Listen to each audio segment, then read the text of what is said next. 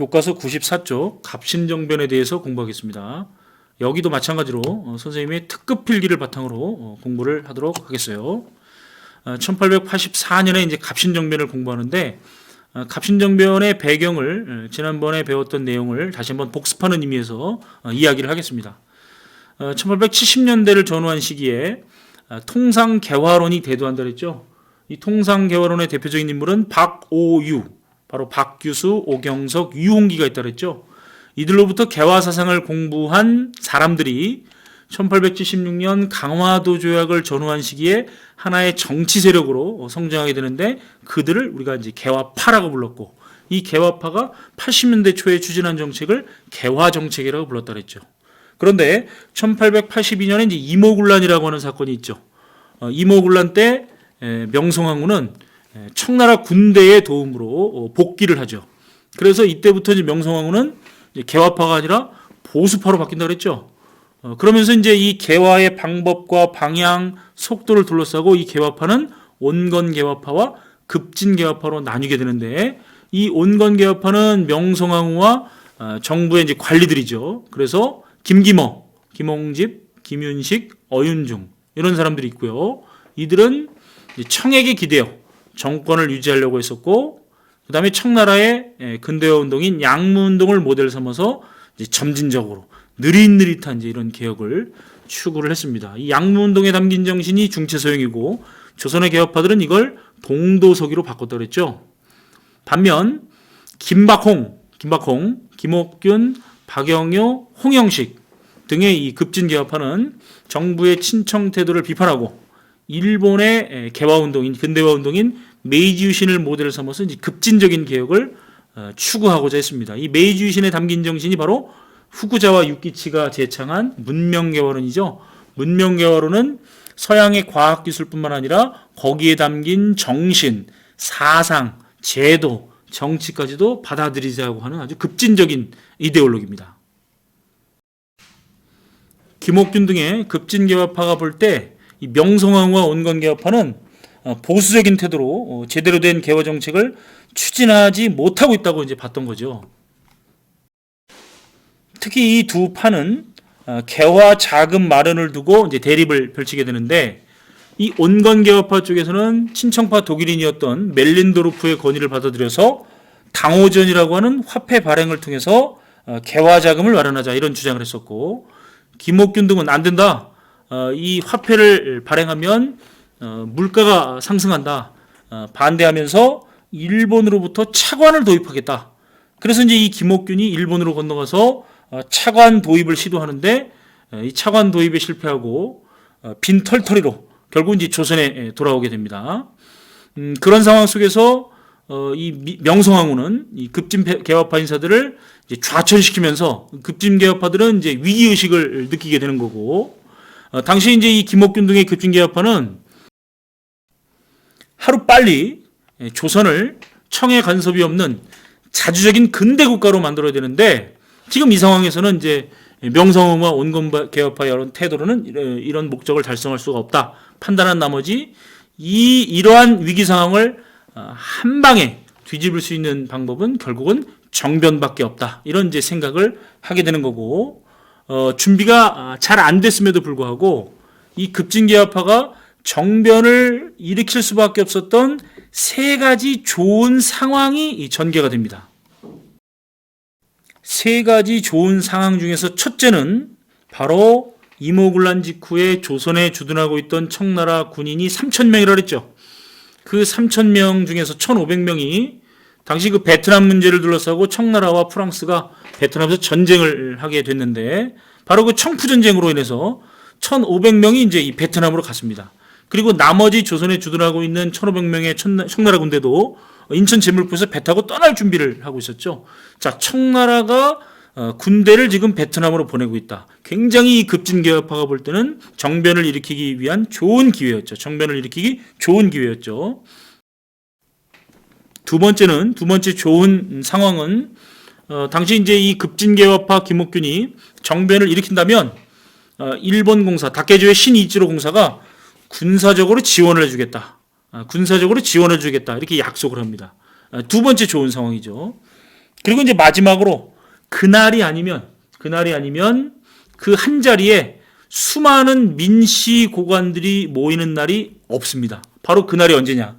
1884년 음력 12월 4일 우정국 개국 축하 파티 날이죠. 결국 이제 그날을 거산날로 삼아서 이 갑신정변을 이제 이 급진개혁파가 준비하게 되는 겁니다. 자, 잠시 갑신정변의 주역들 사진을 한번 볼까요? 오른쪽에 있는 이 사람이 이제 김옥균이고, 왼쪽에 이제 태극기를 처음 만들었던 박영효, 뒤에 이제 우리나라 최초의 양복 입은 신사인 서광범, 그 오른쪽에 이제 우리나라 최초의 미국 박사학위 소지자, 세균학 박사학위 소지자인 서재필이죠. 자, 이 김옥균과 박영효는 왜 이렇게 오른손을 이 자켓 속에다 넣고 있을까요?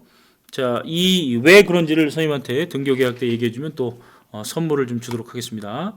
자, 그래서 이제 이 1884년 음력 12월 4일 밤 6시, 오후 6시 사전에 약속된 불이야라고 하는 신호와 함께 이 우정국 개국 축하 파티 장소에서 이제 불을 끄고 이제 민씨 고관들을 이제 죽입니다. 그래서 이제 이 김옥균이 바로 당시 이제 이 명성황후의 친정 조카였던 1년 전에 보빙사 정사로 이 보빙사절단으로 이제 미국에 갔다 왔던 민영익이라고 하는 사람이 있죠. 이 민영익에게 칼침 33방을 놓습니다. 칼침 33방을 맞았으면 죽어야죠. 그런데 이 민영익이 며칠 뒤에 기적적으로 살아나죠. 어떻게 된 일이죠? 바로 당시에 우리나라와 있던 미국 선교사이자 외과 의사인 알렌이라고 하는 사람, 한국 이름 알렌이죠. 이 알렌이 얘를 꼬매준 겁니다. 그래서 기적적으로 살아났죠.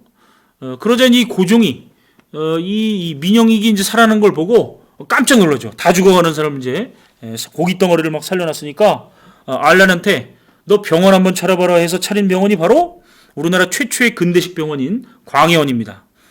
당시 이 갑신정변 때 홍영식이라고 하는 사람은 고종을 끝까지 호위하다가 이 청나라 군대한테 피살당하는데 그 마누라 자식들도 이제 이 자살을 합니다. 그래서 그 집이 비어 있으니까 거기다가 한번 차려봐라 해서 광해원이라고 하는 최초의 근대식 병원을 차렸고, 고종이 이제 2주일 만에 자다가 벌떡 일어나서 이름을 제중원으로 바꾸죠. 그러다가 1890년대 이제 이 제중원의 운영권이 미국 북장로교로 이제 넘어가죠. 그리고 1904년에 이름을 세브란스 병원으로 개칭합니다. 그래서 이제 일제강점기에 연희대학교, 그 다음에 이제 세브란스 의과대학이 있었는데, 광복 이후에 1957년에 연희대학교와 세브란스 의과대학이 하나의 대학으로 합치죠. 그래서 앞글자를 따서 연세대학교가 되는 거고, 그 연세대학교의 부속 병원이 세브란스 병원이죠. 참고적으로 선생님이 얘기를 했습니다. 자, 어쨌든 이제 이 우정국 개국 축하한 장소에서 이제 민씨 고관들을 이제 살해하고, 그리고 이제 이 일본군의 호위를 받은 김옥균은 이제 궁궐로 들어가서 고종과 이제 명성황후한테 청나라 군대가 쳐들어오고 있으니까 몸을 피하십시오 해가지고 이제 일본 공사관과 가장 가까운 궁궐인 경우궁으로 고종과 명성황후를 이제 옮겨놓습니다. 그리고 이제 거기에서 왕명으로 그 우정국 개국 축하 파티에 참석하지 않은 민씨 고관들을 이제 불러들이죠. 불러들이는 족족 이제 김옥균은 이제 하나하나 이제 칼로 쑤십니다. 죽입니다. 그 명성황후가 그 김옥균이 자기 친척들 민씨 고관들을 죽이는 장면을 똑똑히 그 자리에서 봤죠. 그래서 나중에 이제 1894년에 일본으로 망명가 있던 김옥균을 홍종우라고 하는 자객을 보내서 상하이로 유인해서 그 동화양행이라고 하는 호텔에서 이제 이 김옥균을 이제 죽여버리죠. 자, 이 그 지도를 한번 보겠습니다. 이게 이제 갑신정변 지도가 되겠는데요. 그 김옥균이 고종과 명성황후를 옮겨놓은 경우궁이라고 하는 궁궐. 이 경우궁이라고 하는 궁궐이 나오면 이거는 갑신정변이다.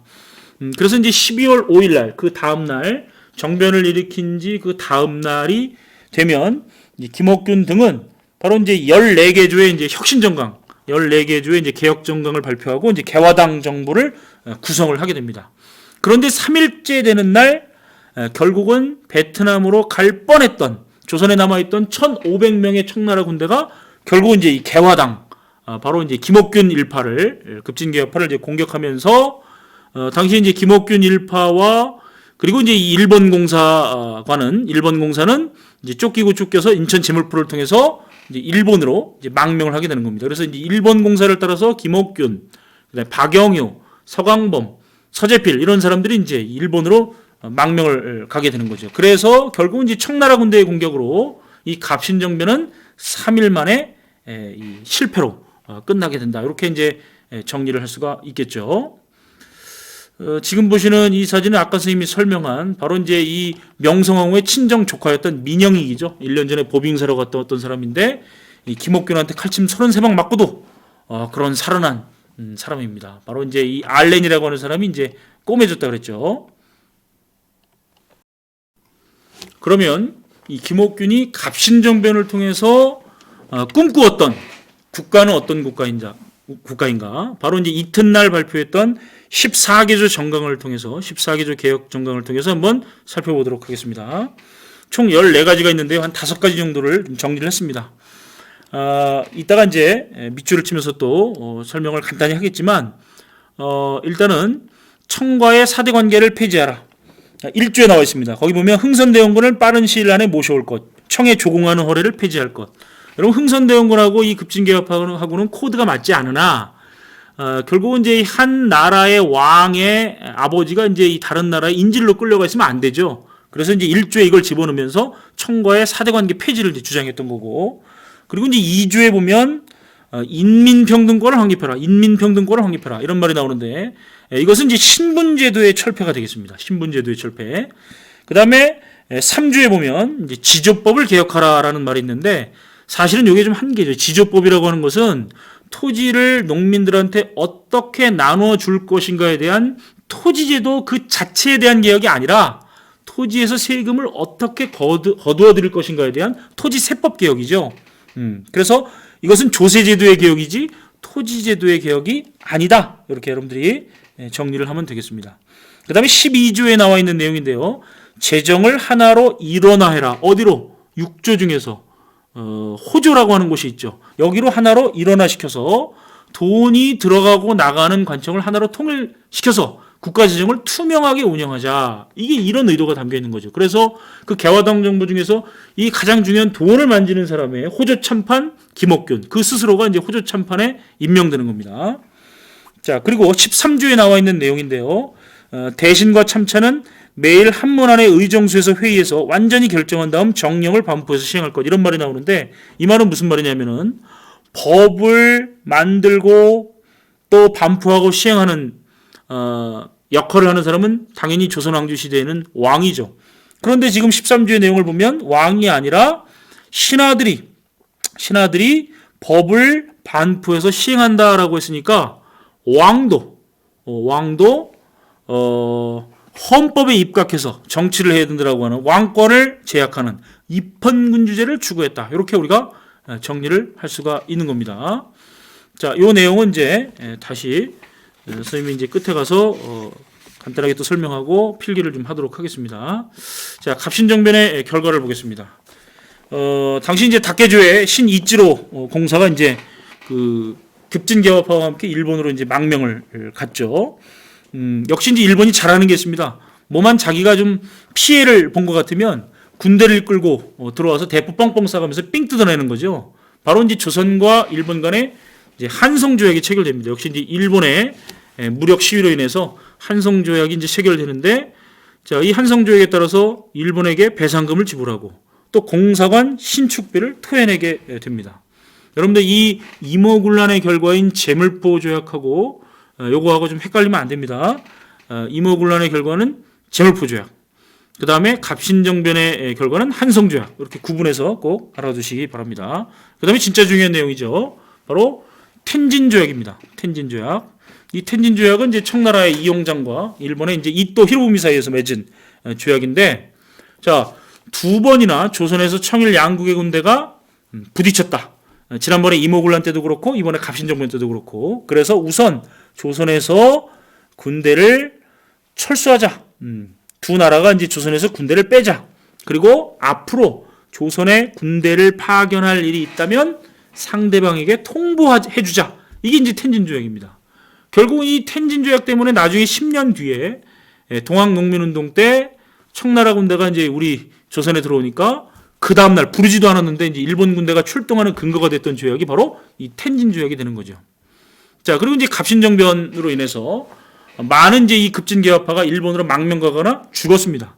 그래서 이제 이 한동안 개화운동의 흐름이 위축되고 또 임오군란에 이어서 청해 내정 간섭은 더욱 심화되는 거죠. 자, 두 번째로 갑신정변의 한계를 좀 보도록 하겠습니다. 물론 이제 갑신정변은 청해 내정 간섭을 물리치고 자주적 근대 국가를 건설하기 위해 일어난 최초의 근대적 정치 개혁 운동은 맞습니다. 그런데 한계가 있죠. 바로 일본의 힘에 의존을 했었죠. 일본 공사 다케조의 신이치로의 군사적 지원을 받았었고요.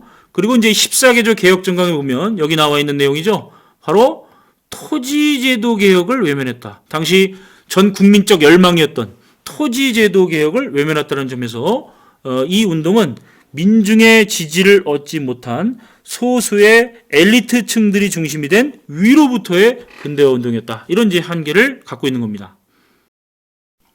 다음으로 세 번째 갑신정변 이후의 정세를 보겠습니다. 갑신정변 이후에 청해 내정 간섭이 심해진다 그랬죠.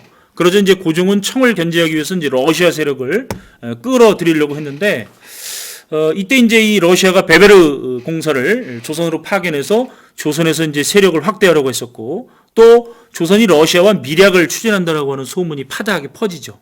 그러자 세계 곳곳에서 러시아와 대립하고 있었던 영국이 1885년에 우리나라의 그 남해안에 있는 섬인 거문도를 점령하는 이 거문도 사건을 일으킵니다.